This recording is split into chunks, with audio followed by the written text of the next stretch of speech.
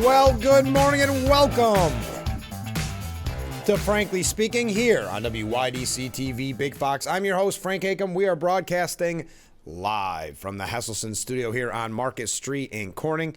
And boy, do we have a lot to cover today. Also, we'll have special guest Michael Volino.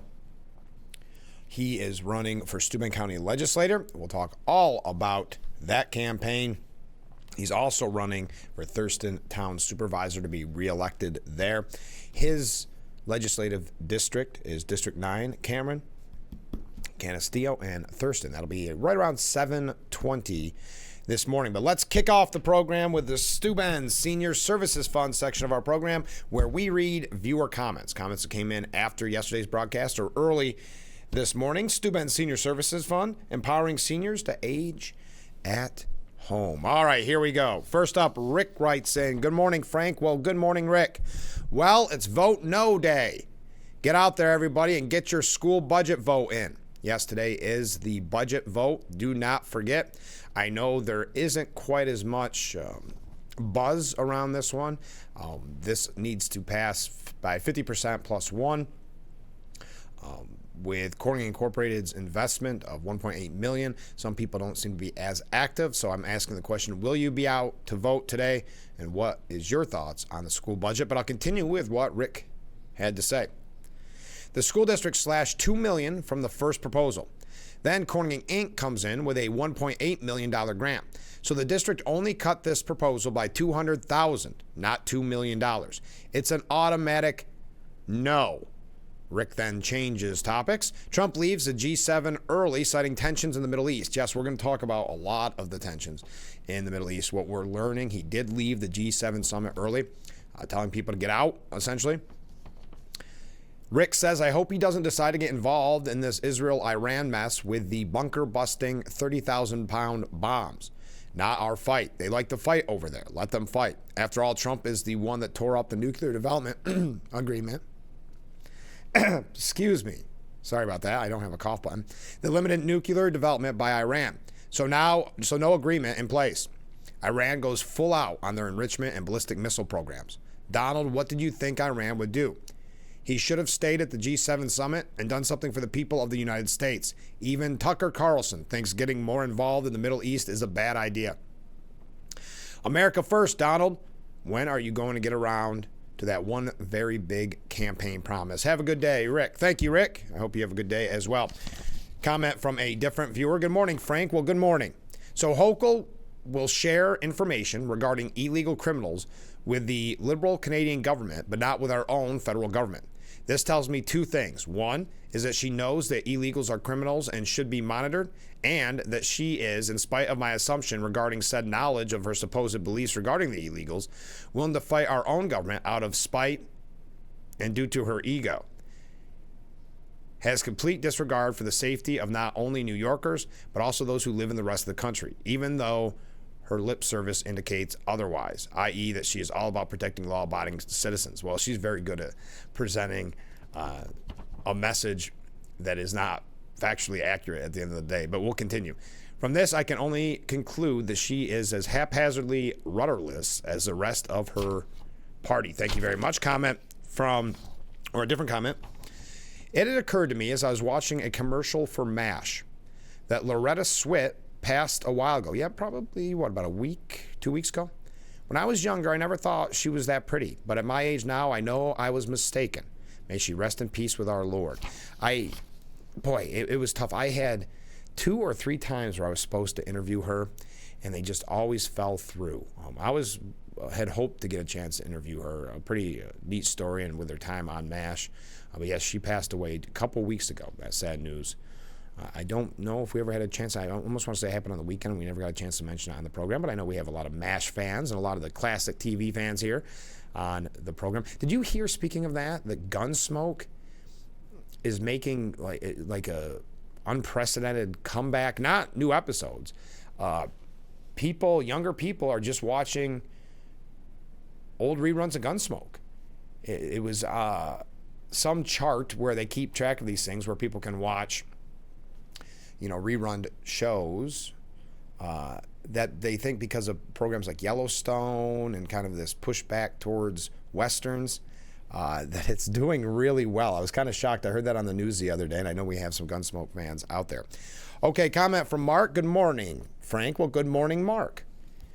Move over T-Mobile.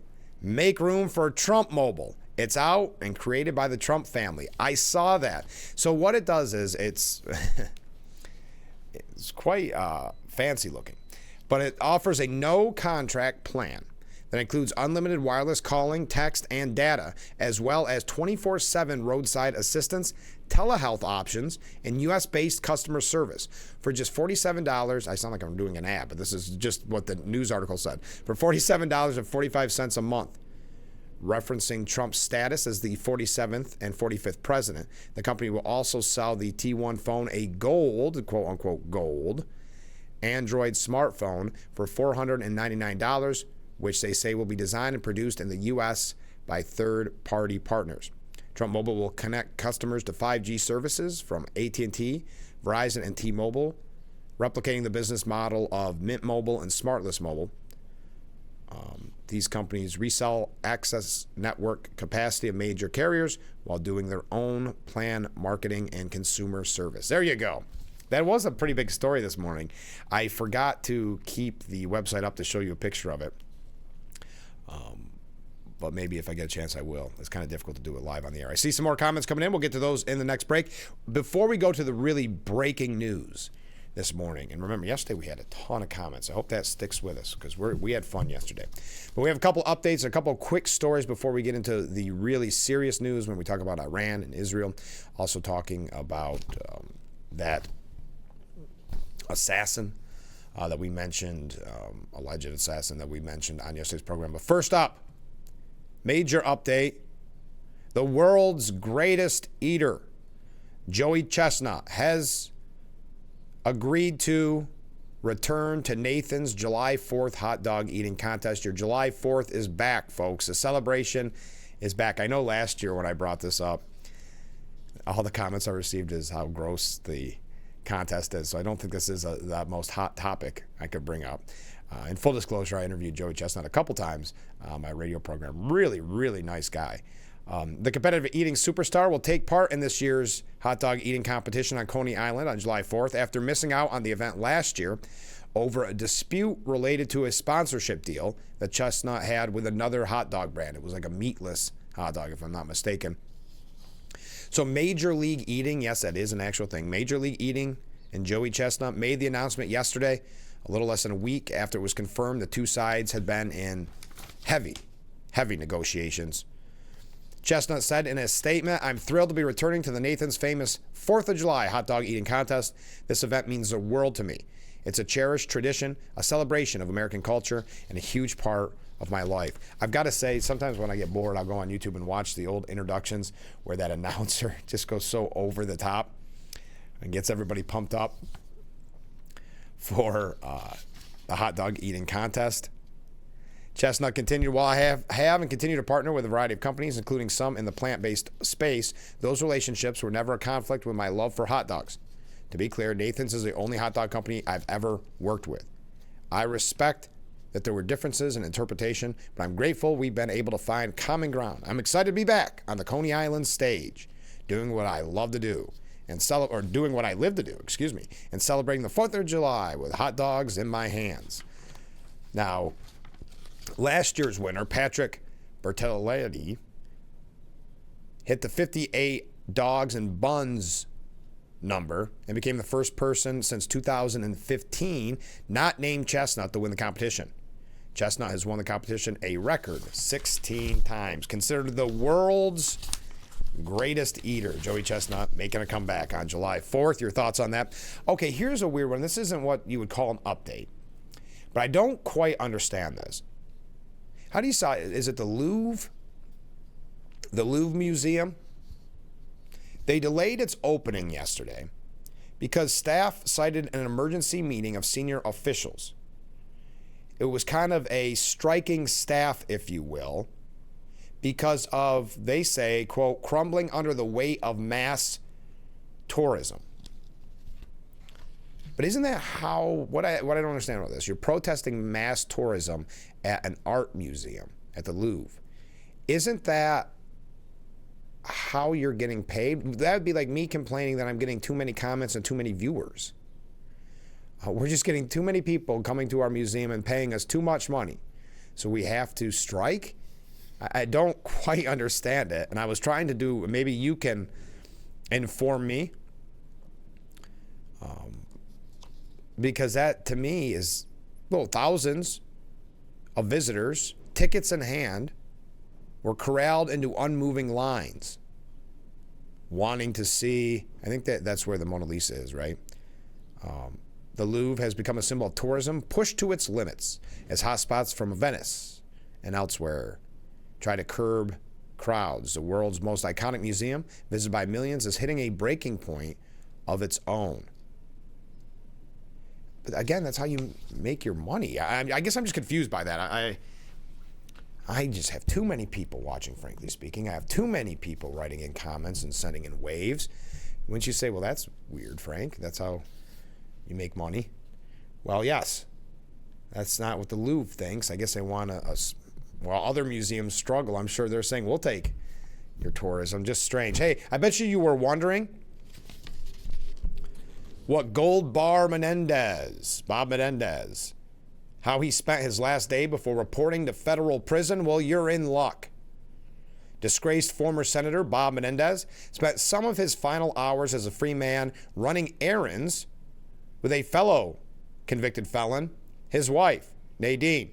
The couple were spotted walking side by side into an Englewood Cliffs, New Jersey credit union hours before the ex-senator is expected to report to a Pennsylvania federal prison to begin serving his 11-year sentence for bribery and corruption. So there you are. Now it's a medium security facility where he'll be. I guess running errands right before he heads to federal prison. And one last update. Terry Moran, fired from ABC, says he wasn't drunk before he sent those late night tweets about Stephen Miller. I wrote it and I said it. That's true, he said in an interview. And I don't need to read the whole tweet. We brought that up to you on the program. Some speculated that Moran's scathing social media screed in the wee hours may have been alcohol-induced. Moran shot down that line of thinking, telling the Times that it came up after a normal family night. He composed the since-deleted post after an evening walk, a family dinner, and watching Ocean's 11 with his kids. I typed it out, and I looked at it, and I thought, that's true. Moran was contacted by ABC News brass, told to take down his post, and was suspended. I was rocked clearly and full of fear, and I realized that this was going to be a very serious situation and had to stand up and deal with it. Now, he claimed the network had reached an oral agreement to extend his contract for another 3 years, only to abruptly reverse course. We had a deal, they're bailing, he said. Now, again, it goes to show you the ego and the narcissism, really, of those in the media thinking it's all about them. Number one, what would that tweet have accomplished? Maybe you thought you were saying something brilliant going after Stephen Miller, but it accomplished, the only thing it accomplished is to lose more credibility for ABC, to show so clearly what Trump has been talking about since the beginning, which is the bias in the media. And of course, conservatives have been talking about it way before that even. But the clear bias in the media, the ABC correspondent, then ABC correspondent, decided that he had to go on an attack on someone in the Trump administration. So again, nothing really accomplished, very much like we talked about Cory Booker's speech. A lot of talk, nothing accomplished, but they can pat themselves on the back and say how wonderful they are. That's what he thought he was going to be able to do. Instead, there was a backlash because people are saying we can't just keep showing our bias in the media. We have to hide it like the old days. The bias is still there. We just have to do a better job of hiding it. But his ego told him no. His words had to be heard by the nation. So there's your quick updates. When we come back, we're going to be talking about Iran. We're going to be talking about the alleged Minnesota assassin. We also have quite a few New York State updates that I think you're going to find interesting, piggybacking off of yesterday's press conference with Assemblyman Phil Palmisano. Also, today is the school budget vote. What is your thoughts? Where is your mind at? Are you going to vote? And if so, what direction were you thinking? All that and much more. Stay with us. Just getting warmed up on this edition of Frankly Speaking here on WYDC TV. Big Fox, stay with us.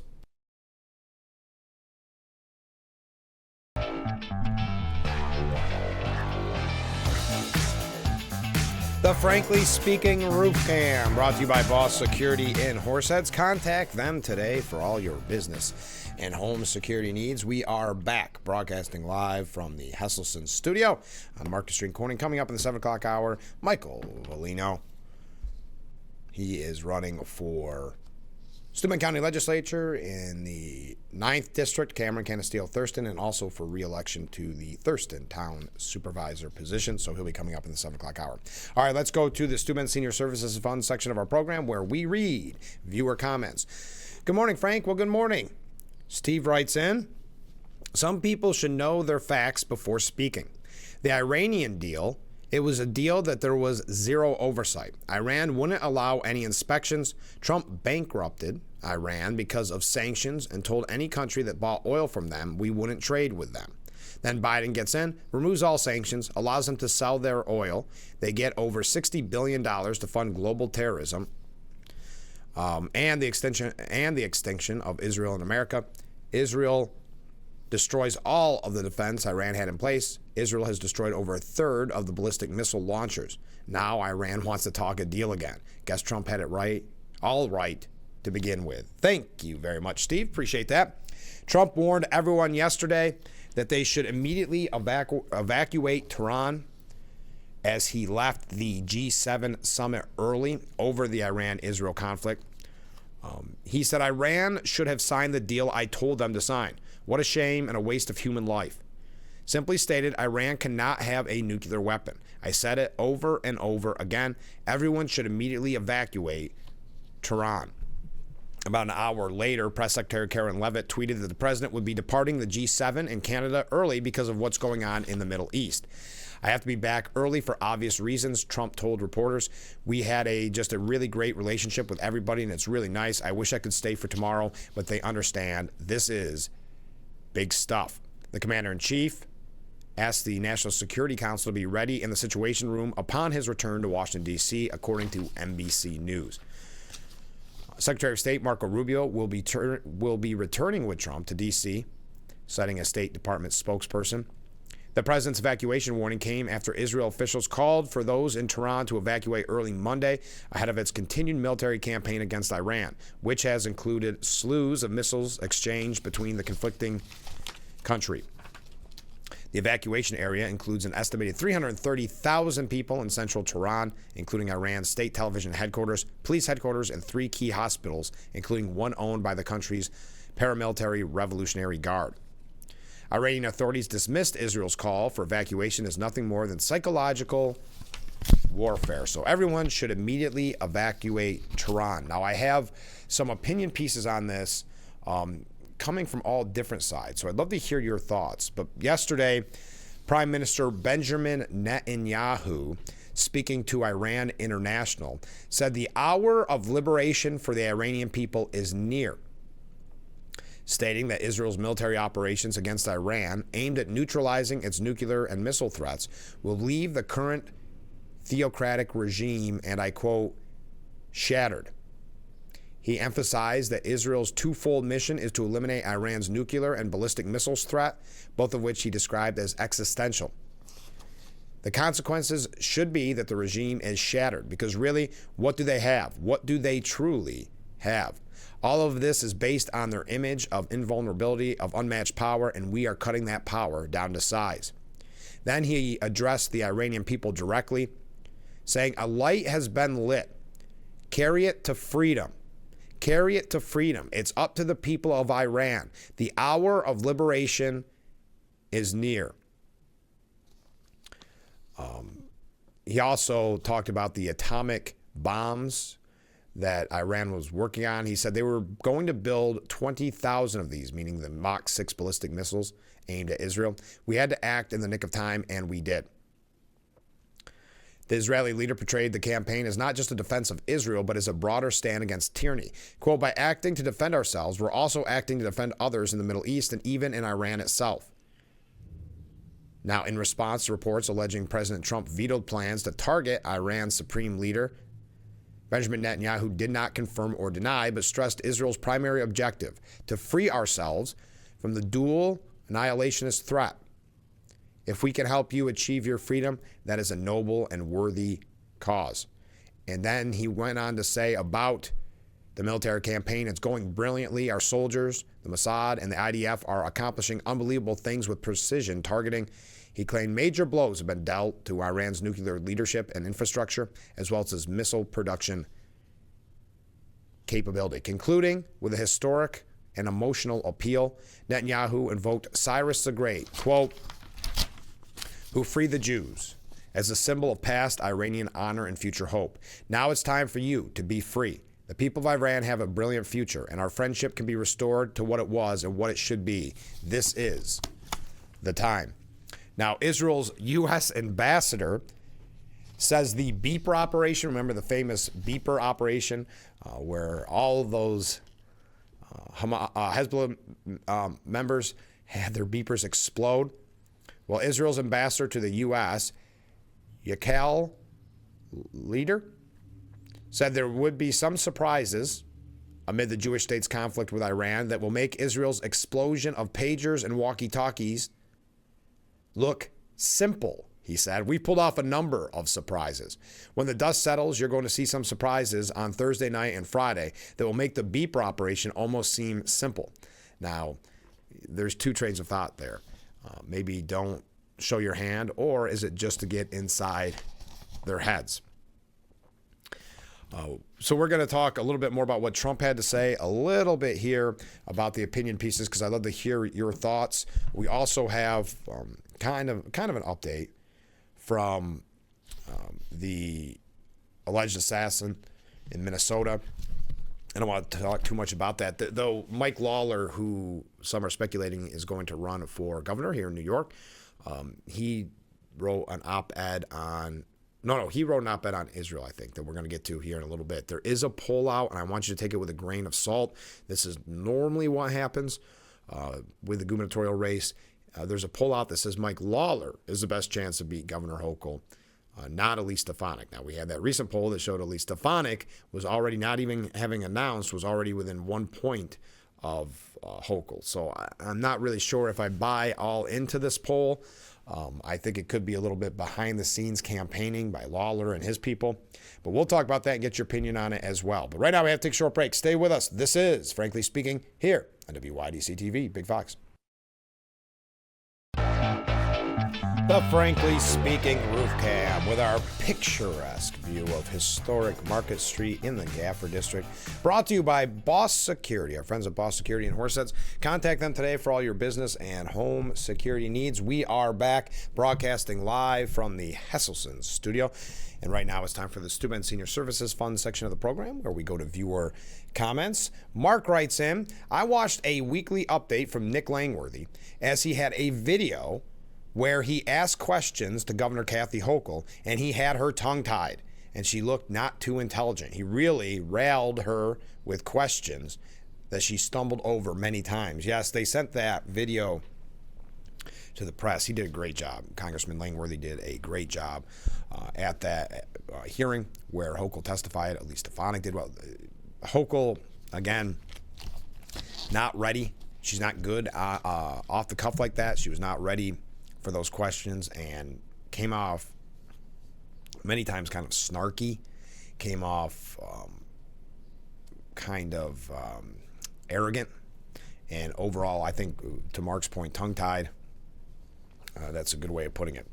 Quickly on Iran. Iran may get a last chance from Trump to accept a nuclear deal. That is being reported.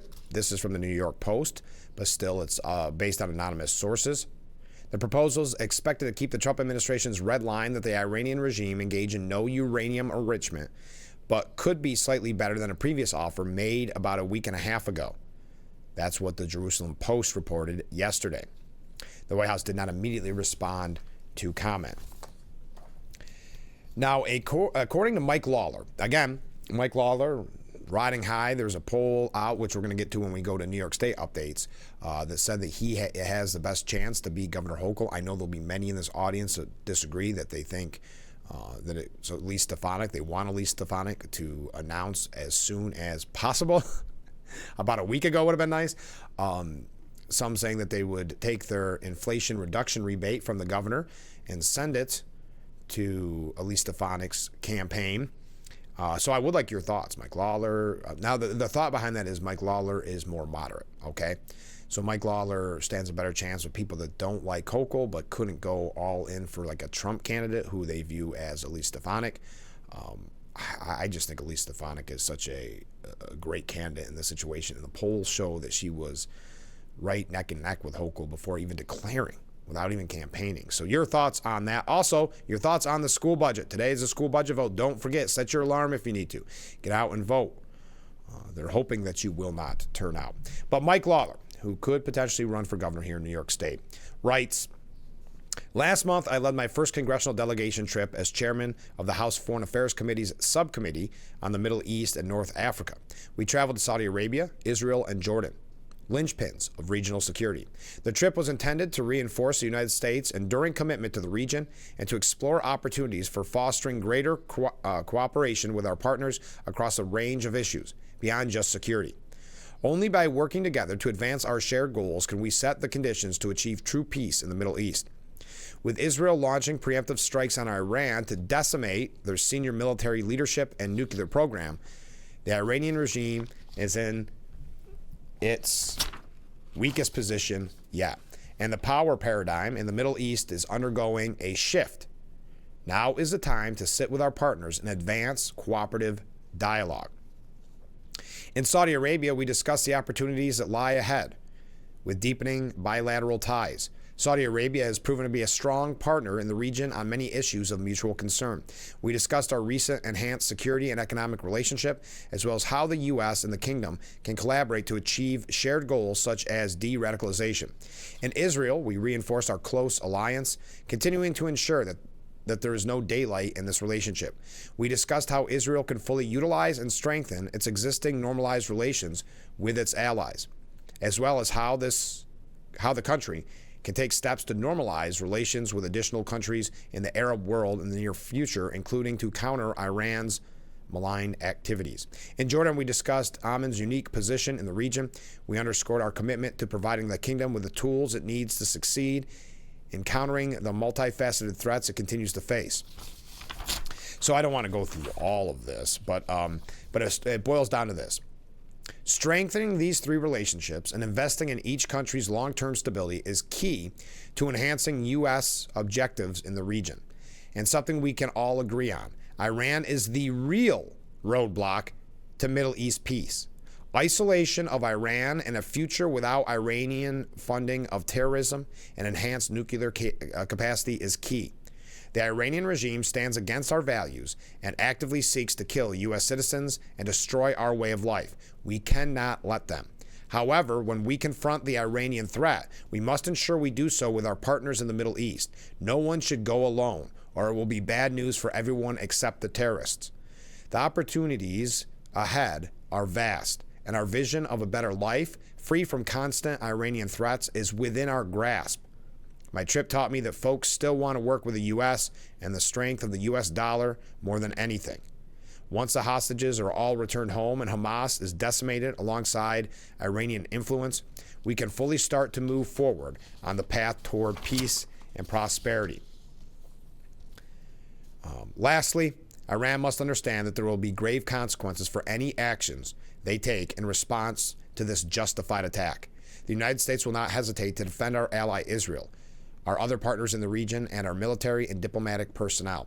I look forward to leading the subcommittee during this volatile yet promising time and reporting back to chart the most beneficial course forward for all. So that was Representative Mike Lawler, potential gubernatorial candidate. Tying in kind of in that area, there is a piece here basically suggesting the reason the United States is entering, and it's from JFeed, the reason the United States could be entering this war, if we do, is because it is the goal of steadily dismantling the Russia presence in the Middle East, as well as that axis that we've talked about, the axis of evil China, Russia, and Iran, that we've had lengthy conversations about on this program. That is why we are getting invested in it. Now, I know there are some, like Rick had mentioned, Tucker Carlson and others, that don't believe this is the right thing to get involved in. But this is a way to diminish that axis, Russia, China, and Iran. Now, Stephen Collinson, before I take a break, from CNN, says Trump is facing heat from all sides, but his fateful Iran decision is one only he can make. President Trump is under opposing pressure from inside Israel and his own MAGA base as he ponders the most fateful national security decision of either of his presidencies, whether to attempt a killer blow against Iran's nuclear program. Now, Israel sending clear messages what they want.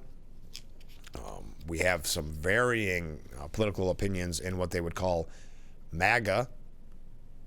Personalities like Steve Bannon and Tucker Carlson say that a decision to strike Iran would represent a repudiation of his 10-year-old political movement and American first principles. Tucker saying, quote, "I don't want the U.S. enmeshed in another Middle East war that doesn't serve our interest." Synergy between right and left populist movements in America is also on display. Bernie Sanders said the U.S. must not get dragged into another of Netanyahu's wars. So kind of getting pulled at by all sides. This is a decision that will define Trump's presidency and much more, said Stephen Collinson. So your thoughts, what you would like to see Trump do in this scenario? Where your head is at this morning as we learn more about what is happening. They have to think it through, but it's a decision that only Trump can make. A couple other quick things on this. Your thoughts on this, the school budget, Mike Lawler, Lee Stefanik, anything you'd like to talk about and more. Keep those comments, keep those waves coming in. We'll be right back with Frankly Speaking here on WYDC TV, Big Fox.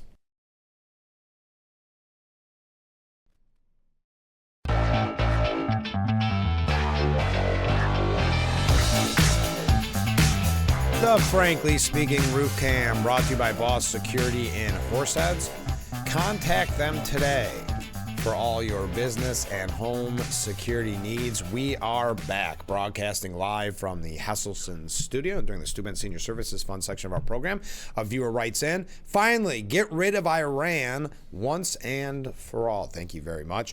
Oren Cass, the chief economist at American Compass, wrote an op-ed in the New York Post saying Israel is Trump's ideal America First ally, fighting its own battle versus Iran. President Trump's posture on the Israel-Iran war is perplexing analysts accustomed to the United States as a guarantor of peace and fighter of wars worldwide. In their traditional views, allowing Israel to launch an attack implicates the United States and leaves us responsible for ensuring its success and addressing any fallout. Trump's coalition, divided between supporters of Israel's action and opponents of any U.S. entanglements in foreign conflicts, must be facing a serious fissure, they imagine. But the days of the United States presiding over a liberal world order are over. What we are seeing now is the rhetoric and the wisdom of America First become reality in the skies over Tehran. Promoters of the liberal world order believe that the U.S. could and should control events around the world. They were enthusiastic about assuming the burden of security for our allies because with that responsibility came the right to dictate the allies' foreign policy. Other countries, accepting their status as client states in return for the promise of U.S. defense, could be blocked from taking any action that would necessitate U.S. defense. And as client states with no independent capacity of their own, they'd have no ability to act independently and thus no choice but to defer to the U.S. demands. And American First foreign policy scales back simultaneously the right and the responsibility that the United States asserts. Kind of piggybacking off of that, Mark Levin writes, isolationism is the same as appeasement. and it's keeping Trump and Netanyahu from transforming the Middle East. So tired of the isolationists barking about the old and failed foreign policy of the past and insisting that they've uncovered the secret, a new way forward, isolationism. There's nothing new or good about isolationism, which, in a word, is appeasement. It's old and promotes war, such as World War II. Even worse, these knuckleheads can't coherently explain what they mean. They're too self-righteous in their ignorance to realize how absurd they sound. They don't agree among themselves and what the heck they're talking about. In fact, they're so blind and self-important that they don't see the new foreign policy taking place in real time right in front of their eyes. That's the mindset of ideological fanatics. We are witnessing a foreign policy unlike any since Reagan, Thatcher, and John Paul II defeated the Soviet Union. It's nothing like the recent failed policies we've seen in Iraq, Afghanistan, and elsewhere. President Trump and Israeli Prime Minister Benjamin Netanyahu are together demonstrating how to deal with a genocidal terrorist regime, how to use diplomacy and military power, how to use intel and special forces, how to use the media and public statements and more to defeat the biggest terror-supporting regime on the planet. It is and has been brilliant. This again, Mark Levin. And if all goes well, it will result in a transformed Middle East, an expansion of the Abraham Accords, and a world free of a nuclear terror regime. They're achieving what 47 years of prior policies have not. This is a very big deal. This is a real peace plan. Yes, the isolationists, such as Tucker Carlson, are now turning on our president as they've spent months demeaning Netanyahu. They prefer the likes of Vladimir Putin, who apparently is more MAGA than Trump. He's being sarcastic, of course. They wind up turning themselves into pretzels, actually characterizing the Iranian regime as oppressed and victimized. These retrobates have never been MAGA. They have sought to hijack a movement that they never created, claim to be its leaders and influencers, and redefine it to accommodate their own perverse ideological views, to the extent that they can rationally explain them. They have clung to a movement they do not support, hence their hesitation in supporting our ally Israel, or outright opposition to it, in its righteous war of survival against the Iranian terrorist regime, which benefits the entire West. It is a regime that has killed and maimed Americans, sought to assassinate the American president, threatens Israel with nuclear annihilation, seeks to slaughter millions of Israelis, has spread death and mayhem in Lebanon, Yemen, Gaza, and Iraq, and has aligned itself with communist China, North Korea, and Russia. And to his point, Netanyahu said the other day that the two attempts on Trump's life were both sponsored by Iran. He said that, not offering any proof, but there has been speculation to that in the past. Just to wrap up with what Mark Levin had to say, the isolationists tell us that to oppose this is to be a warmonger and anti-MAGA. Just close your eyes and cover your ears. They also don't seem to care that they attract Marxists, Islamists, and anti-Semites. Some even openly promote and celebrate them. That's not MAGA either. President Trump is a proud American patriot.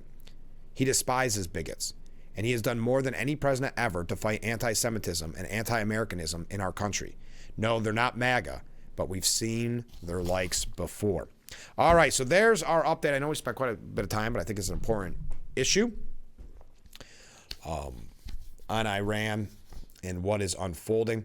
Now, we can, if you want, talk about the alleged Minnesota assassin. I do have one piece. I don't think we need to go through all kind of the nitty-gritty of this as we learn more. I know that there are now listen to okay, the Daily Beast is far left, don't get me wrong, but most outlets agree that there is no clear political motive as of right now. Now, something could change about that, but even CNN saying that, yes, a lot of people on the list, or maybe all the people on his assassination list, were Democrats, but there's no manifesto that speaks to that.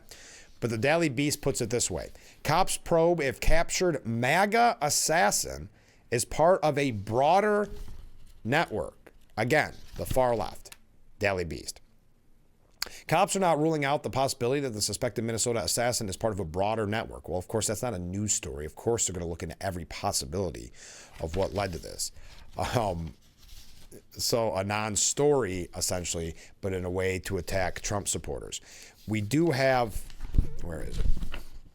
We can talk about that in depth, but I do have one piece on that when we come back, and then we're going to move on because we have so many New York State issues that we have to get to. I see we got a lot of comments coming in. I love it. Keep them coming in, and we'll be right back with Frankly Speaking here on WYDC TV. Big Fox, stay with us. Frankly Speaking Roof Cam, brought to you by Boss Security in Horseheads. Contact them today for all your business and home security needs. We are back, broadcasting live from the Hesselson studio. This breaking, just coming out moments ago. President Trump said he is seeking a real end to the escalating conflict between Israel and Iran and demanded a complete give up by Tehran, as he put it. That's after Israeli forces claim that they have killed another Iranian senior military commander. According to a pool report by Politico, Trump said, "I'm not asking for a ceasefire. We're looking at better than a ceasefire." He clarified he wants to see an end, a real end, not a ceasefire, and called for a complete give up on Iran's end. He also strongly denied contacting Iran in an attempt to broker peace talks after French President Emmanuel Macron said he had. "I have not reached out to Iran for peace talks in any way, shape, or form. This is just more highly fabricated fake news. If they want to talk, they know how to reach me. They should have taken the deal that was on the table, would have saved a lot of lives." So saying he wants a complete give up. All right, now we go to viewer comments. This section of our program brought to you by Stu Senior Services Fund. First up, disappointing to think that Elise might not run. That's Elise Stefanik. Hope she does, but at this time looks like we'll be backing Lawler. Well, let me say, I would say don't give up hope. I mean, she still very much looks like she's going to run for governor. I mean, whether it was at that committee hearing with Governor Hochul and the way Elise Stefanik went after her in that hearing and in that testimony, did a great job. Some of the statements she's been releasing seems very much focused on New York, so I don't think she's out of it in any way, shape, or form. As a matter of fact, I think she is going to run, in my opinion. I think there's a problem that Republicans in New York State have had for a long time, and that is they end up waiting too long to announce.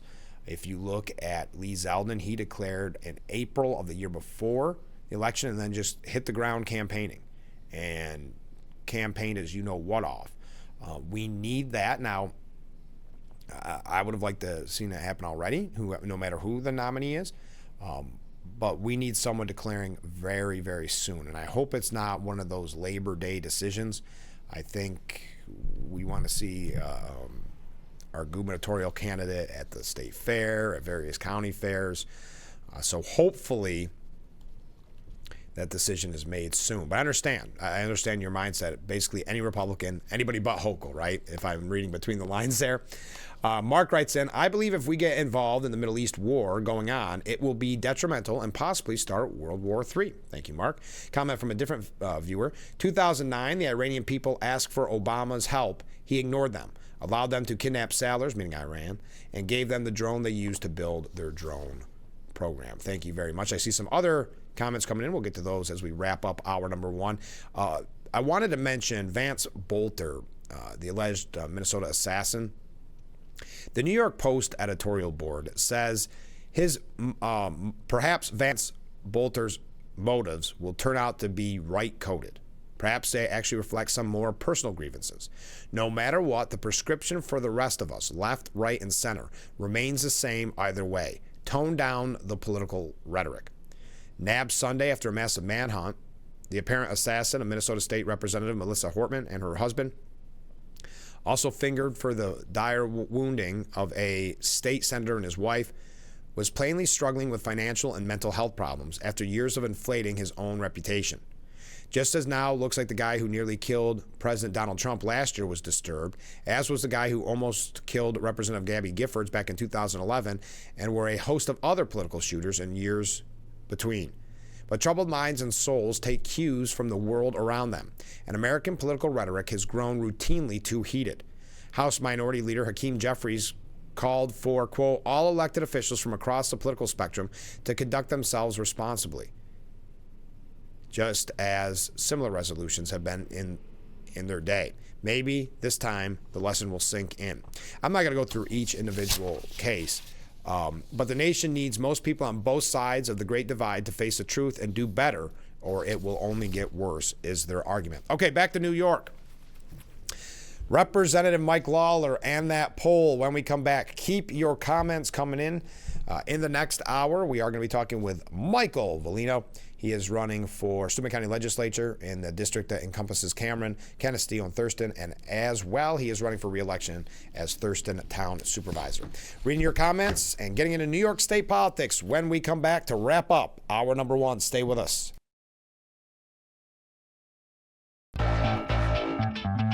Bill Frankly speaking, Roof Cam, brought to you by Boss Security in Horseheads. Contact them today for all your business and home security needs.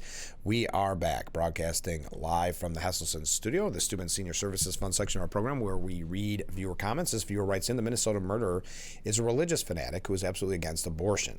I surmise that this was his motivation to murder abortion supporters. I don't know what we'll learn. I don't think there was anything in the manifesto, if you will. Before we take a deep dive into New York politics, I got this email. This is kind of breaking news. Just got it. And it's by Wallet Hub. We mention them sometimes. It's kind of a polling type scenario where they put together the best and worst run cities in America. Now, in the top 20 best run cities in America, none are in New York. Now, it's not going to be talking about, cities the size of Corning or Hornell or Elmira. It's bigger than that.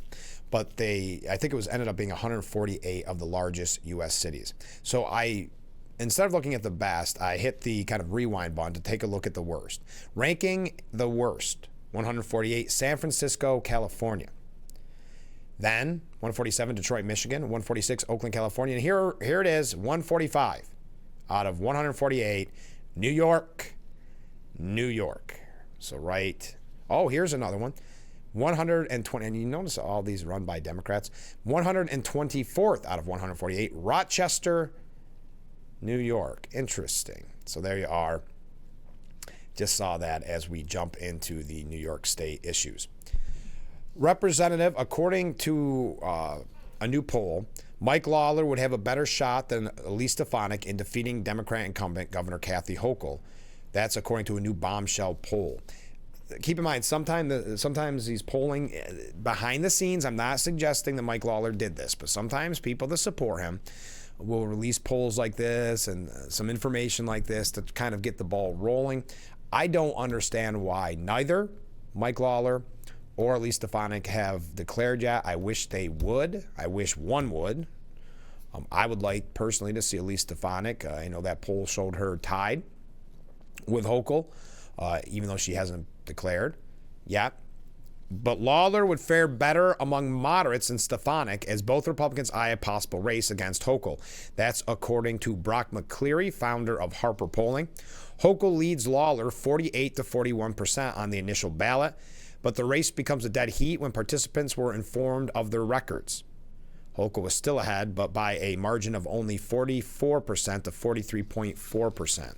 Well, how isn't that the biggest problem, getting the word out about their records? Republicans always have an uphill battle because the media will not cover them, especially not respectfully. The incumbent governor, meanwhile, leads Stefanik 50.1% to 38.8% on initial ballots, and then 46% to 42.6% after participants were informed of the record.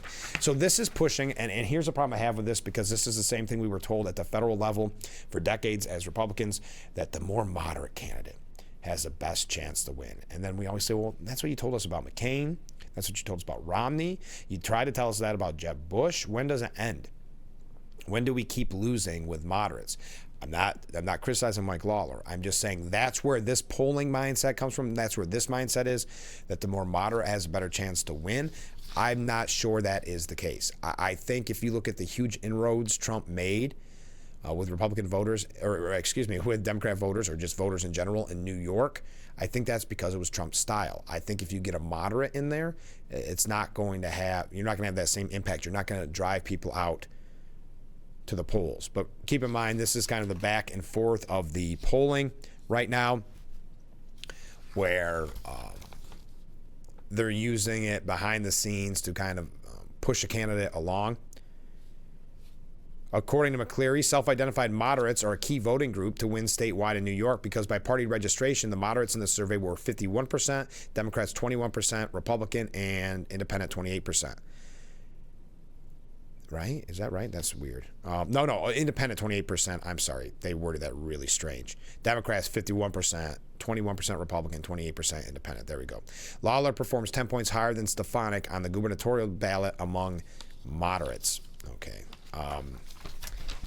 Again, take it with a grain of salt. Stefanik has a 20-point higher name identification than Lawler. Okay? Keep that in mind, too. All right. Your thoughts on that? Some more New York State issues when we come back. Hour number 1 in the books. Hour number 2, moments away.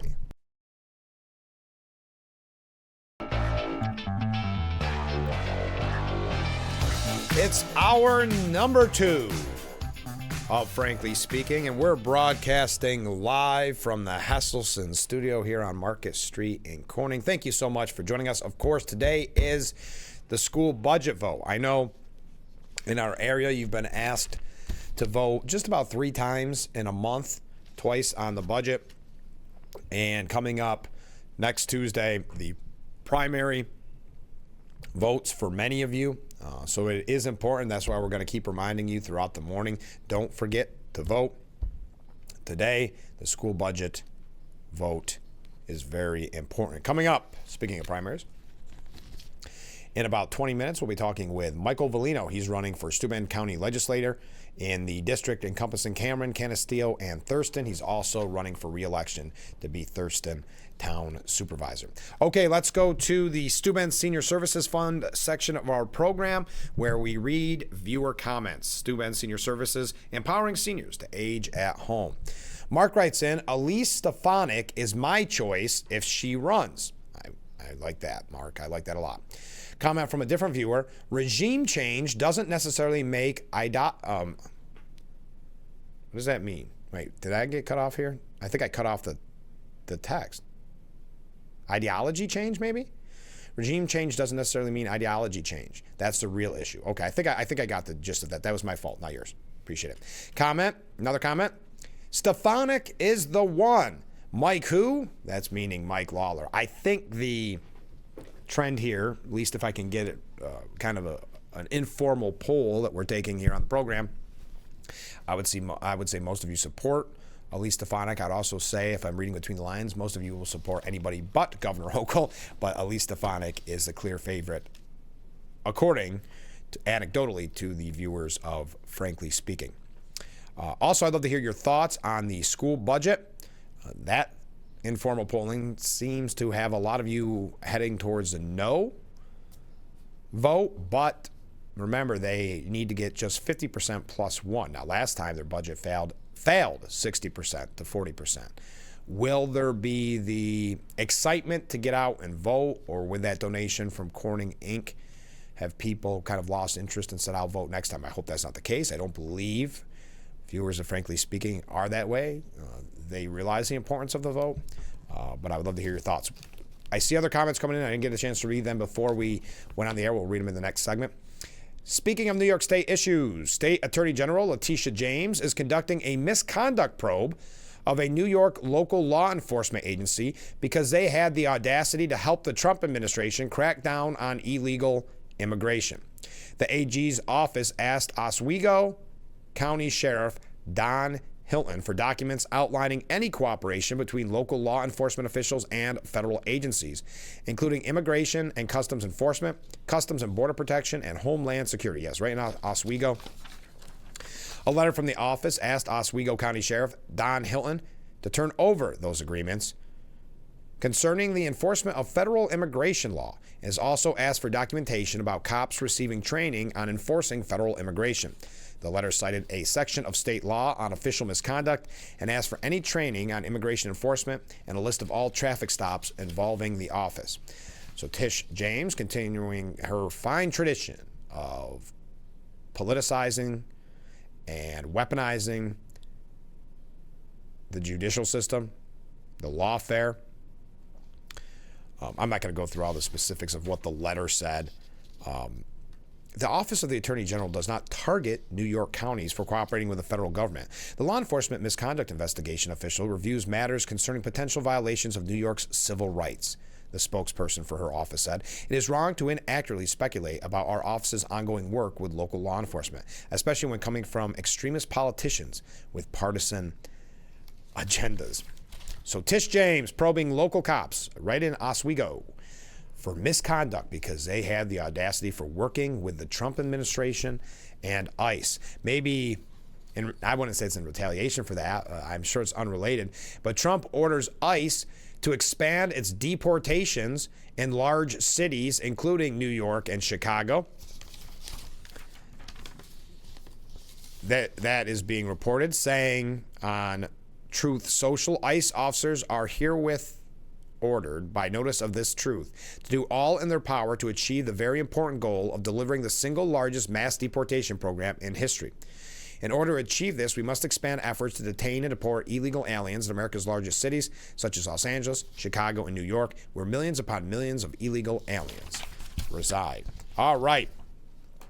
Also, piggybacking off of that, Transportation Secretary Sean Duffy said rogue state actors will forfeit their Department of Transportation funding if they do not comply with federal immigration enforcement efforts. The U.S. DOT will not fund rogue state actors who refuse to cooperate with federal immigration enforcement, Duffy wrote, and to cities that stand by while rioters destroy transportation infrastructure. Don't expect a red cent from DOT either. Follow the law or forfeit the funding.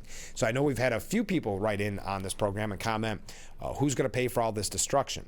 Well, when it comes to transportation infrastructure, it's not going to be the DOT. It's not going to be the Department of Transportation if they allow this rioting to continue. So that was Sean Duffy, that rogue state actors forfeit their funding, their Department of Transportation funding, if they don't cooperate with immigration enforcement and if they allow the rioters to run amok.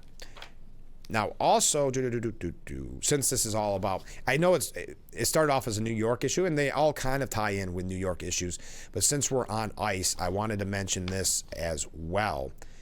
Over 200 House and Senate Democrats signed a letter condemning what they called an unprecedented incident. It's in which Senator Alex Padilla was forcibly removed from a Homeland Security press conference last week. He is getting exactly what he wants. He was essentially a no-name senator, someone that was not a household name. And now, as Ken wrote in yesterday, he's on the Sunday shows. He's getting, I'm sure his fundraising is through the roof. He is becoming one of the faces of the resistance. Make no mistake, he wanted exactly this. He wanted the image of him either being handcuffed or the image of him being thrown out. That was his goal. Now, again, I know I had people that disagreed with me yesterday. They got very angry at me, using words that I cannot use on the air, suggesting that he should not have, there should have been no concern. He was a senator when he rushed towards the podium yelling at a cabinet member.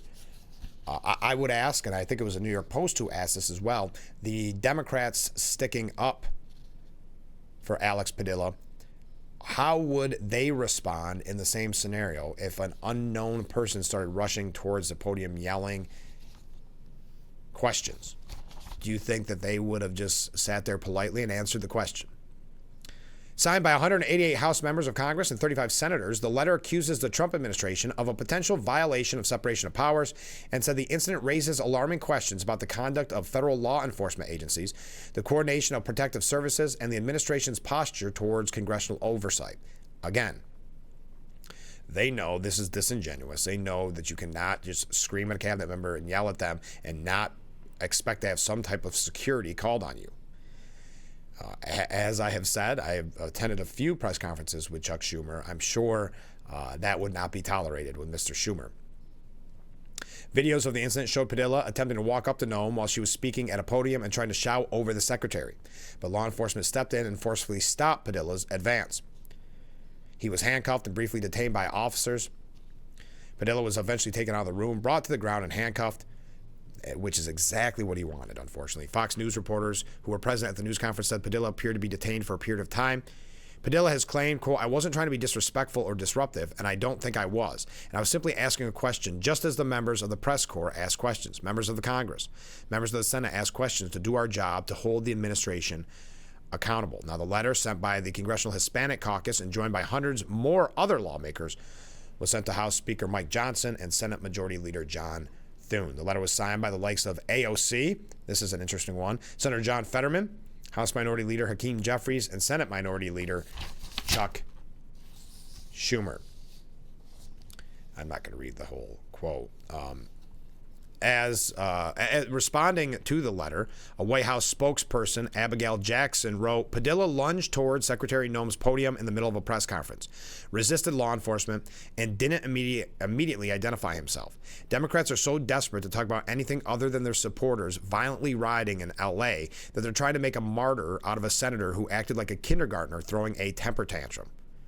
Also adding, the letter won't fool anyone. Yes, they're hoping you didn't see the video. They're hoping you didn't know this for exactly what it is, and it's that political theater that even some Democrats are finding not appealing. Now, we have to take a break. When we come back, a couple more New York State issues. I see a ton of comments coming in. Thank you very much. We'll get to those comments when we come back. Coming up in about 10 minutes, we'll be hearing from Michael Volino. He's running for Steuben County Legislature in District 9, which is Cameron, Canisteo, and Thurston. Also running for re-election for Thurston Town Supervisor. So stay with us. We'll be right back with Frankly Speaking here on WYDC TV, Big Fox.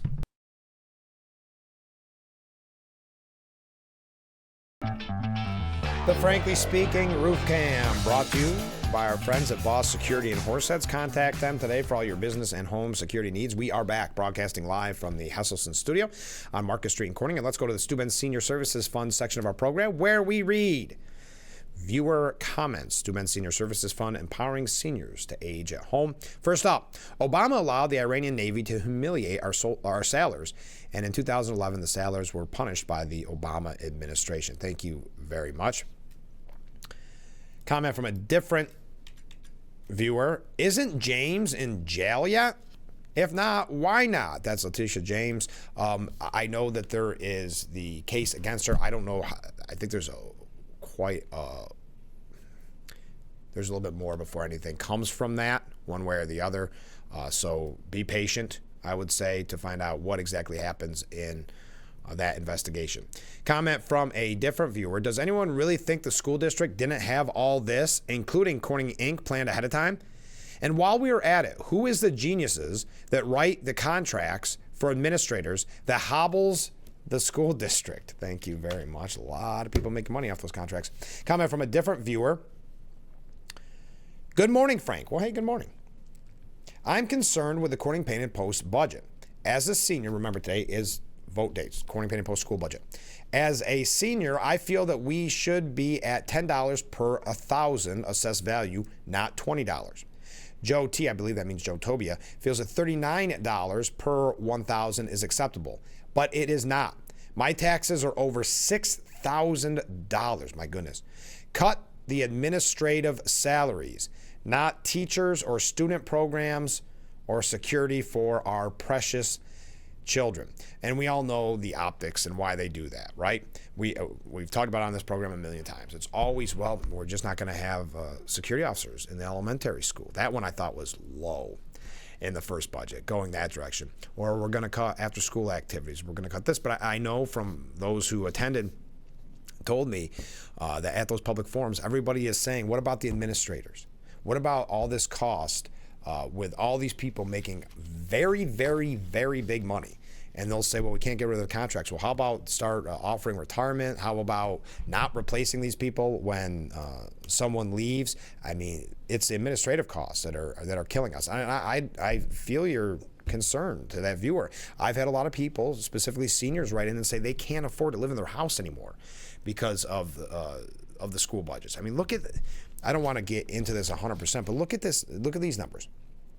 So they asked us the first go around for $146,804,840. So let's just say $147 million. $147 million for Corning Painted Post School District. How much are they asking for now? $144,234,430. So $144 million. Now this vote does need to get just 50% plus one.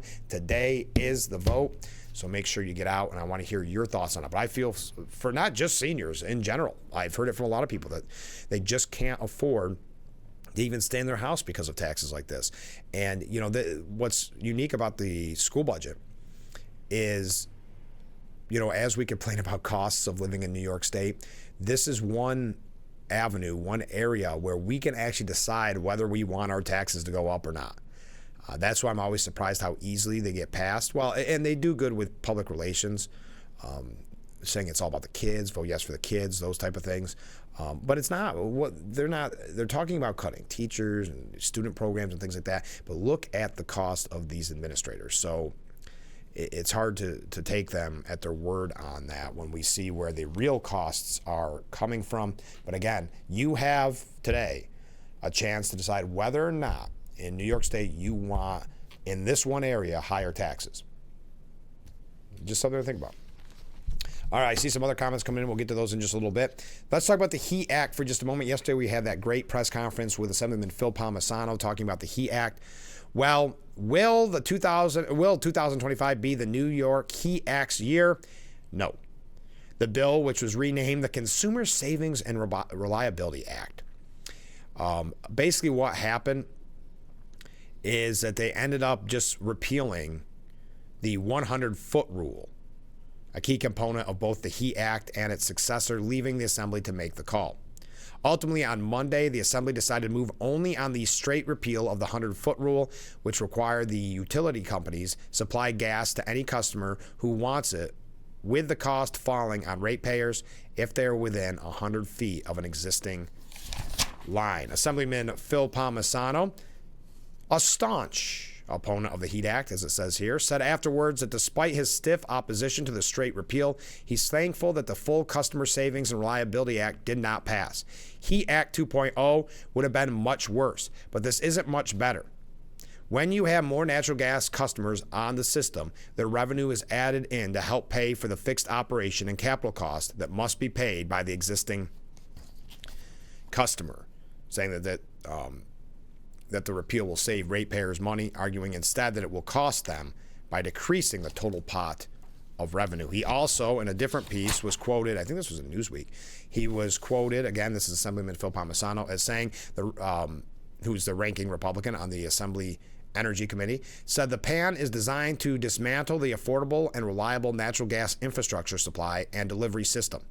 It's designed ultimately to take away consumer choice at how you heat your home, cook your food, power your buildings, and the vehicle you drive. It will jeopardize the reliability of the grid, leading to dangerous blackouts, and will continue our nation-leading out-migration. So thank you to Assemblyman Phil Palmisano for his hard work. We got to take a short break. When we come back, Michael Volino.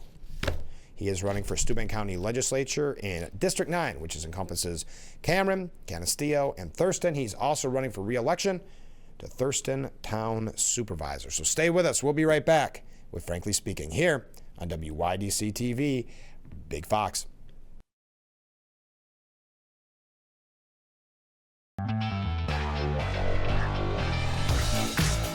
The Frankly Speaking Roof Cam, brought to you by Boss Security in Horseheads. Contact them today for all your business and home security needs. Welcome back to Frankly Speaking here on WYDC TV, Big Fox. I'm your host, Frank Acom. We are broadcasting from the Hesselson studio, and this is the Steuben County Office for the Aging section of our program. Steuben County Office for the Aging, committed to maximizing quality of life, safety, and independence. Joining us in the Hesselson studio, Michael, it's good to have you back. Hey, it's good to be back, Frank. How's the campaign going? It's crunch time. It's crunch time. Yeah. It's going well. The early voting has started over at the County Annex building on Moore Street. Early voting from 9 to 5 through Sunday, and then Election Day next Tuesday, the 24th, 6 a.m. to 9 p.m. Right. Voting in Thurston, Cameron, and then in Canisteo at the Summers Hall. I think I want to remind voters, running in Thurston, town supervisor, re-election for town supervisor. There's a primary challenge there, and then also District 9 county legislator for Thurston, Cameron, and Canisteo residents have a primary challenges there as well. Thurston voters, when you go vote, you should fill my name in twice on the ballot. It's right next to each other. But your ballot should have my name on there twice. Make sure, right? Make sure. If it doesn't, go ask for another ballot. That's right. So what's your Tuesday going to look like? Because you have two very important elections right on the same night. Kind of a stressful situation. What do you plan for Tuesday? Tuesday we've got numbers. We'll be phone banking all day. We're going to make sure everyone's getting out to vote and just double checking. Tell us a little bit about your background. I know you've been Thurston Town Supervisor. What has that experience been like for you? As it relates, so I started, in local government first as historian in 2018 in Thurston, then joined the board in 2020. I've been town supervisor since March of 2023. Wow. And it's been a very rewarding experience. I think we as a town board have accomplished a lot of, we'll say, big initiatives the past couple of years, and I'd like to continue on with that as town supervisor, and then also take the experience I've gained as town supervisor and kind of translate that into the county legislature role. What does it feel like to have your name synonymous with sludge?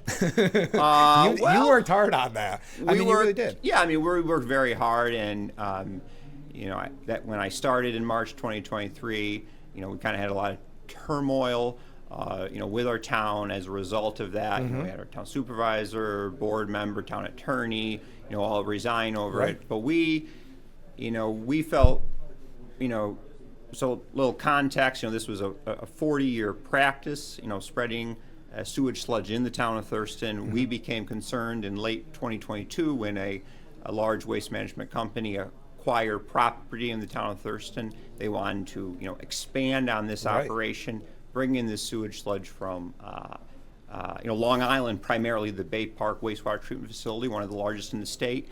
And the problem with spreading municipal sewage sludge on farmland is it's highly contaminated with, a cocktail of chemicals, but PFAS in particular. And we're finding now PFAS chemicals, forever chemicals, don't break down the environment and being linked to cancer. So we really felt it was in the best interest of the residents. After a water testing effort in 2023 showed a lot of private wells were contaminated with sewage sludge, or with PFAS chemicals. We felt the need to do something. And we were, the first town, in New York State to successfully regulate, effectively prohibit this. You were ahead of the curve. Right, we're ahead. And actually, last week you started the conversation, which I think is so important. Too. We started the conversation. The town of Cameron passed an identical piece of legislation last week at their meeting. And you might have heard that, this past week, the New York State Senate has passed a 5-year moratorium on sewage sludge spreading statewide. Our local representative, Tom O'Mara, voted in favor of it. It was a bipartisan piece of legislation. It looks like the Assembly is going to follow suit by June 30th. The big question is, what is the governor going to do? That's always the question. So anyway, she hasn't really signaled one way or the other, though. So a reporter from Spectrum asked her last week what her stance was on it, and she said, "Well, I need to be brought up to speed on it." Okay. Yes. I've been offering to bring her up to speed for 2 years, but she doesn't return my calls. So you don't have her cell phone, huh? No, I don't. Unfortunately, no. But you mentioned that you believe, and I think you're right, that your time as Thurston Town Supervisor will translate well to legislature. But that's not an easy decision to make. So when did you sit down and say, I think I've got what it takes to be legislator? I think probably in the fall of last year, actually, the Cameron Town Supervisor, Bob Manley, he kind of urged me to step up for this role, given that we pretty much had kind of been on our own throughout this process of, the sewage sludge fight, we'll say. We really had no help from our county representative, so I kind of felt the need that, we need to have an active, on the ground representative, and also looked at the flooding, the devastation in Cameron and in Canisteo this past August. This past week again, more flooding, and it's affected parts of Thurston as well. So I think it's we need someone that's really involved and active at the county level as well. And you mentioned the flooding, and this is obviously because it's been happening so much lately that this has started the conversation on that as well. As legislator, what would you like to see done in regards to the flooding? Oh, I think the first thing is we need our creeks, our streams, our culverts, our ditches. They need to be cleaned, and that's like a no-brainer, right? Come on. It's like the primary thing that we need, and we need assistance. Yeah, we really do. And there's a lot of bureaucracy involved. I understand that. I know towns, I've heard a lot of people complain about, different reasons why they can't. But I know Congressman Langworthy said it when he visited after the last big round of flooding, that enough about the mussel or whatever, some little organism that they can't, we've got to clean this up because it's costing taxpayers a fortune. Right. It is. And since you brought up one major issue, flooding, the second major issue, and I know I mentioned this last time you were on the program, but I do think you deserve kudos, you and the board, for that resolution supporting the sheriff, because that is arguably the biggest story when it comes to legislature, what we've dealt with anyway on this program. Your thoughts on the kind of the sheriff versus the county? Oh, I guess the just big thing, I'm in total, support of the sheriff. The town board is too. I think this is in my opinion, like a non-issue. We have many, many other issues at the county level that we need to be addressing. And again, the sheriff is a duly elected individual. If the voters have issue with him, they can vote him out. There's and nothing, they clearly didn't. They clearly didn't. He won re-election with 78% of the vote. So for me, that kind of ends this discussion. And the fact that they're still like hinting at appeal, which I still can't figure out. We talked with the sheriff last week or 2 weeks ago. We still can't figure out what the appeal really is appealing, because there was no monetary, only the taxpayers spending on the lawyer fees. So it's all very confusing. And like you said, there's so much going on in Steuben County that doesn't seem to be where the focus should be. Right. Easy as that. Yeah. So you took out petitions. You've been knocking on doors. You're a hard campaigner. You're known for that. What have the voters been saying to you? So as it relates to in general, and general, I think as I've been talking to voters in Thurston, certainly roads, right? Roads are the big thing, and that's always. And now with the flooding, this past week, the roads, and that's, we as a town board, we are working on putting together a 5-year capital project plan as it relates to our roads, as it relates to equipment, repairs and replacements, and we just we need to communicating to the residents. Your road will get attention, and we are limited in our funding too, given that the governor clearly does not prioritize small towns like Thurston. CHIPS funding continues to stay stagnant. It's becoming harder and harder to purchase diesel engines, combustion engines. She has her push towards everything electric. So we're trying, and we at least we're putting a plan. We have a plan in place. Michael's our guest. I wanted to ask. That was my old radio school days of saying your name to kill. I was looking for my next question. How was Crazy Days? Well, it was crazy. It was crazy. Right. So we were truth in advertising. Right. So we had originally planned, to be there for 2 days, Friday and Saturday. Friday, rained out, so we weren't really able to participate in anything that day. But Saturday, great weather. We were able to connect with a lot of the residents of Canastillo, as well as participate in their Crazy Day parade, which was great. What we talked about this last time you were on the program, but it is kind of a short time frame. It's weird, right? With the primary, it seems like you just handed in petitions, right? And now here it is. Early voting's begun. Tuesday is primary day. Have you been able to pack in everything you've wanted to in this short amount of time?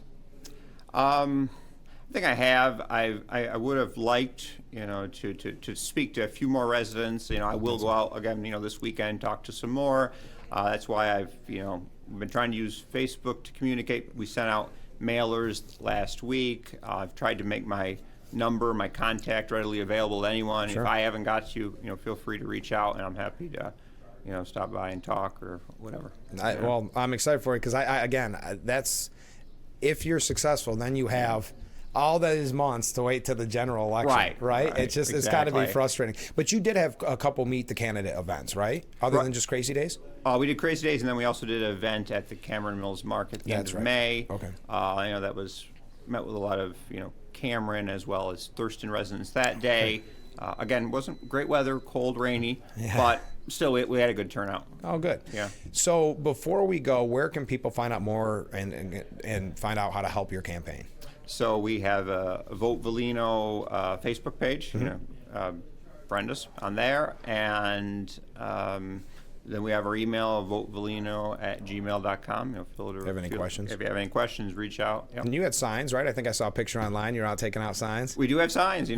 Send me a text, send an email if you'd like a sign. We're happy to give you one. All right. So before people either early vote or they Right. go in on the 24th, what would you say to those voters? I would say, look at what I've done the past 2 years in Thurston. I have really worked very hard to address residents' concerns, to communicate with them. I'm doing this, for the benefit of the community, to better Thurston, to better District 9. I have no, ulterior motives, no private interests in this. It's really, I want to, I care about this community and this area, and I want to see, it continue to become better. Well, we'll be watching your race closely. Best of luck on Tuesday, and we hope to have you on again soon. Okay, thanks for Frank. doing this I twice. appreciate it. I Yeah, appreciate thank it. you. All right, we'll be right back with Frankly Speaking. Stay with us. The Frankly Speaking Roof Cam, brought to you by Boss Security in Horseheads. Contact them today for all your business and home security needs. We are back, broadcasting live from the Hesselson studio here on Market Street Corning. Thank you to Michael Volino for being our guest this morning, running for Steuben County Legislature. That is in the Cameron, Canisteo, Thurston District, and also running for re-election to Thurston Town Supervisor. Right now, it's time for the Steuben Senior Services Fund section of our program, where we read viewer comments. Steuben Senior Services, empowering seniors to age a home. This viewer it's Ken. Ken writes in, it's true that if we get Hochul's record out, it would be a no-brainer. The voters would not vote her back in. The problem is, how do you get these sheeple in the major cities who blindly vote Democrat to pay attention to the issues and vote Republican? That's the biggest problem. That's why, Ken, we've wanted the Republican, whoever it is going to be, to declare earlier, because Lee Zeldin did do a good job. Now, yes, he did ultimately end up losing, but he did do a good job getting his name out there because he campaigned for over a year and a half. And at least Stefanik has name recognition, but when it comes to media coverage, I've seen that happen locally, where the Republican gubernatorial candidate will come and receive essentially no attention from the press or from the media. They'll hold a press conference where no one attends. So you're exactly right. But continuing with Ken's comment, the other problem is that with a closer election last time, Hochul's off-script performances being so poor, and a stronger candidate like Stefanik, the Dems would be fools to not change her. Oh, yeah. Could you imagine that debate, by the way? I would think maybe Hochul doesn't debate because she would be so out of her league, which we saw at the congressional hearing when Stefanik went after Hochul. All right, comment from a different viewer. Elon Musk is providing Starlink to the Iranian people like he did for Ukraine, allowing them to access information and to get information out. I'm sure the military is using this information. Thank you very much. Comment from a different viewer. Good morning, Frank. Well, good morning. I'll be voting no once again, and I would love to see an even greater turnout than last time. That, of course, in reference to the Corning Painting Post school budget vote that is today. If you were in the Corning Painting Post school district, get out and vote. I would love to see a huge turnout. Last time, the budget was turned down by 60% of the voters, and it was a good amount of voters, too. So I appreciate your comment. Get out and vote. Don't forget. Comment from a different viewer. Elon and Trump are freeing the world through technology and a strong military stance. Peace through strength is back. Thank you very much. Yeah, we got a lot of comments. Next comment. Good morning, Frank. Well, good morning. I know that it's still early in the week, but doesn't it seem like the Trump-hating media is unusually quiet? I know that they don't have the ambition to be digging tunnels, so maybe they're coming to think that Trump really is making America great again. I would say that's maybe some wishful thinking, but I appreciate your comment very much. Comment from a different viewer. This is in reference to our interview with Michael Volino, saying, yes, in all caps, all of the streams, culverts, and some rivers need to be cleaned of debris, branches, logs, etc. in Steuben County. And after Monday's rain, it was unbelievable the amount of logs that ended up in Cuca Lake. Sending some photos. I am unable to post those. It's a little difficult to post them live on the air, but I appreciate the photos. Yes, some major devastation, so I appreciate it. And here's a nice one. This comment. I just want to thank the Steuben Senior Services Fund for sponsoring Frankly Speaking, along with Hesselson's. Yes, of course, along with Hesselson's and Boss Security and our friends at Culligan. We have the best sponsors, so I appreciate that, and we're glad to have Steuben Senior Services Fund on the program. They're bringing us viewer comments, and then with our interview, it was Steuben County Office for the Aging who brings us the interview. So all of our great sponsors, and thank you. I appreciate when viewers appreciate those that put this program on the air. So thank you for that comment from that viewer. Okay, just quickly, I guess Andrew Cuomo is getting some flack because he has now become the great disappearing act in New York's mayoral race. That, according to Kristen Fleming. Where the heck is the guy? Doesn't feel like he's running for mayor, but away from New York. With early voting now underway ahead of the June 24th Democrat primary, New York's embattled former governor has barely shown his face, except for 2 debates and a photo op at the Puerto Rican Day Parade on June 8th. He's held no real rallies, had no big presence interacting with voters, and he's been ducking the media like a fugitive avoiding the law. Cuomo's built a moat around himself. I think that's the arrogance and the cockiness. It's actually, some have started to say it's helped that Zoran Mamdani make a little bit of a comeback, that he's in a little bit of closer striking distance. Now, he is a Democrat socialist, very far left. As a matter of fact, this piece says that he brings the Bernie Sanders method to New York, but could he upset and defeat Governor Cuomo now with Governor Cuomo, former Governor Cuomo, of course, which sounds so much nicer to say, as he's done this disappearing act, not showing his face, because again, it goes back to the arrogance that he just thinks it's his to have. His entitlement is how Kristen Fleming's put it. It is frankly off-putting and all too familiar. He's disappeared in a cloud of his own arrogance. He seems so convinced that despite all of his political scandals, he's got the Democrat nomination in the bag and doesn't need to lift a finger for it. So again, the arrogance of Cuomo taking a victory for granted, and it feels like he's taking New Yorkers for granted too. Also, he's been hit, this again, former Governor Andrew Cuomo, hit with an ethics complaint for failing to disclose his more than $2.6 million worth of stock options, those stock options in an advanced nuclear technology company. He did not disclose those before his run for mayor. The conservative watchdog group Foundation for Accountability and Civic Trust is demanding that the city's Conflict of Interest Board investigate Cuomo to determine, quote, if he intentionally violated New York City's disclosure laws and enforce any appropriate penalties. One of the most basic and fundamental ethics laws applicable to candidates and elected officials require them to publicly disclose their financial interests, said FACT Executive Director Kendra Arnold. Unfortunately, it is this essential law that appears to have been violated by mayoral candidate Andrew Cuomo when he failed to fully disclose his financial interest in a company named Nano Nuclear Energy. Cuomo's team amended his disclosure forms to detail the stock options on the same day. A May 2nd Politico report shed light on the previously undisclosed holdings into that nuclear program. So there you go.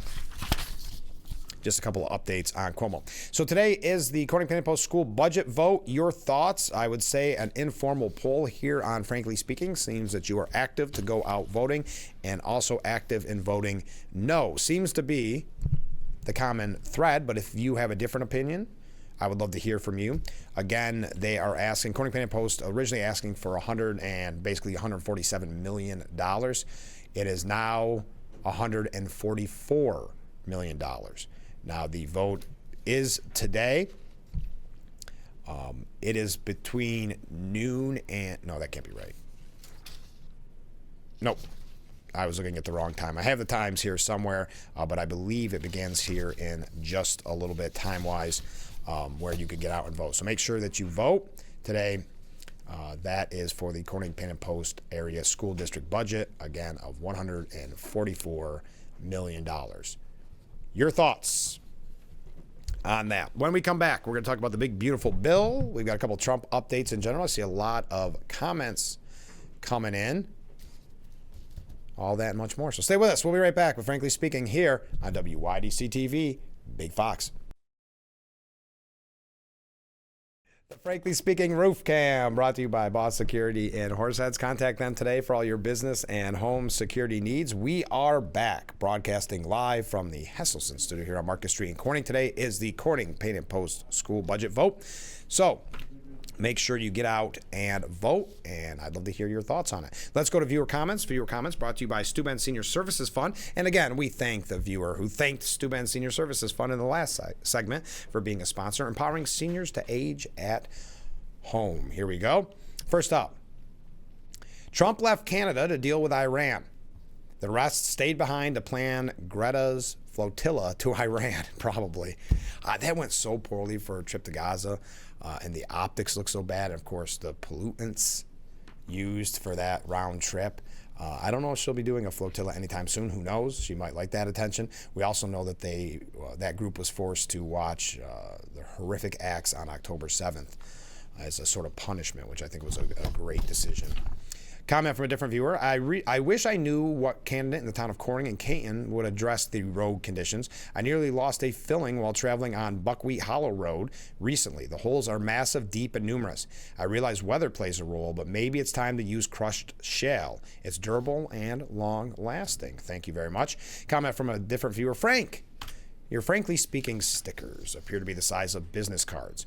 If you carry a wallet, you should carry around maybe a few with you and hand them out to your fans when we see you around town. Well, when you do stop, I took your advice during the break, and it fits in my well-aged business card holder. So along with my business card, I have a couple stickers in there. That's a wonderful idea. Thank you for that. And finally, Mark writes in, voting no to Corning Paint and Post School Budget. Frank, you have a great day. Well, you have a great day, Mark. I appreciate that. Thank you. Yesterday is the budget vote, so get out and vote. Last time, a great turnout.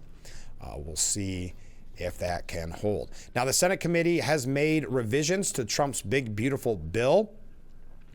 The new version will include making more cuts to Medicaid and lowering the child tax credit. Axios reported yesterday that the changes the committee made would only increase the child tax credit to $2,200, a decrease from the $2,500 in the version that the House of Representatives have voted on. The committee is also proposing deeper cuts to Medicaid spending by lowering the provider tax. That's according, again, to Axios. The Senate version also softens the phase-out of solar energy tax credits that were part of the Inflation Reduction Act by allowing more projects to access the credits before they end. The committee also had a state and local tax SALT cap of $10,000, which is lower than the $40,000 limit that the House landed on. That is going to cause some issue with New York State representatives who wanted to see that $40,000 limit. I know there's already been some pushback from the SALT conference. Now, remember, the House of Representatives passed Trump's big, beautiful bill in a vote of 215 to 214 and one abstaining. In a press release from U.S. Senate Committee on Finance, Senator Mike Crapo explained that the bill prevents an over $4 trillion tax hike. This bill prevents an over $4 trillion tax hike and makes the successful 2017 Trump tax cuts permanent, enabling families and businesses to save and plan for the future. He added it delivers additional tax relief to middle-class families still recovering from record inflation under the Biden administration. It powers the economy by permanently extending critical pro-growth provisions and introduces new incentives for domestic investment, providing certainty for American job creators to spur domestic economic activity and invest in their workers. Now, Trump has said he wants the big, beautiful bill on his desk by July 4th, so that clock is ticking down very, very quickly. We got to take our last break and then wrapping up today's edition of Frankly Speaking on the Corning Paint and Post School Budget Vote Day edition of Frankly Speaking, a little wordy. Get your last second comments in and we'll read them before we wrap up today's edition. Stay with us. This is Frankly Speaking here on WYDC TV, Big Fox. The Frankly Speaking Roof Cam, brought to you by Boss Security in Horseheads. Contact them today for all your business and home security needs. We are back broadcasting live from the Hesselson studio here on Market Street in Corning. And let's go and wrap up today's edition with comments during the Steuben Senior Services Fund section of our program. Steuben Senior Services Fund, empowering seniors to age at home. First up, frankly, the Corning School District wants $40 million more than the Horseheads School District. Let that sink in for the Corning taxpayers. That's a great way of putting it. Comment from a different viewer. Good morning. It's June 17th. Frank, maybe if you put out there where some of the people could go to vote, we would have more people out there voting, especially the seniors who aren't notified or don't have computers or whatever. But maybe it could just add that to your program today. More people would get out and vote. Okay? We'll do that. The polling locations. Corning Painted Post High School, the administrative building over on 165 Charles Street in Painted Post, the Corning Town Hall in South Corning, that's 20 South Maple Street, and then Irwin Valley School. So in the past, if you voted at any of those locations, that's most likely where you'll be voting again, especially if you voted on the first budget. You will either be at Corning Painted Post High School, administrative building, Corning Town Hall, or the Irwin Valley School. So thank you for that comment. A comment from a different viewer, excuse me. Did budget for the school get cut down at all from last time? Well, a little bit. So not a lot cut out of it. A lot was helped by Corning Incorporated, who donated $1.8 million towards the budget. So last vote, it was $147 million, basically, is what they were asking for. $147 million. Now they are asking for $144 million. And as that first viewer put, let that sink in for the Corning taxpayers, $40 million more than the Horseheads School District. So again, Corning Painted Post High School, you can vote, administration building, Corning Town Hall, or Irwin Valley School. Final comment, thanks to all the sponsors. Yes, isn't that nice? Thank you to all of our great sponsors here on Frankly Speaking. It is hard to believe we are out of time for this morning's edition of Frankly Speaking. I do want to mention this because this is happening in California, but get ready because we in New York like to take some of the more crazy, maybe that's a biased word, ideas from California and make them our own laws. California State Senator Scott Weiner has proposed a ban on law enforcement officers wearing masks when making arrests, likening them to some form of a secret police. Quote, we're announcing new legislation, the No Secret Police Act, to ban local, state, federal law enforcement, with some exceptions, from covering their face when interacting with the public and require them to wear identifying info. Secret police behavior tanks trust and must end. We're seeing the rise of secret police masked, no identifying info, even wearing army fatigues, grabbing and disappearing people. It's antithetical to democracy and harms communities. The No Secret Police Act can help end the fear and chaos this behavior creates in communities. Now, this, of course, coming off the heels of no real mask ban for the protesters that are causing all the disruption and destruction. But we are out of time for today's edition of Frankly Speaking. Thank you for all the comments. Another very comment-filled day. We appreciate it. We also want to say thank you to Michael Volino for being on the program. He's candidate for Steuben County Legislature in District 9, which is Cameron, Canasteel, and Thurston.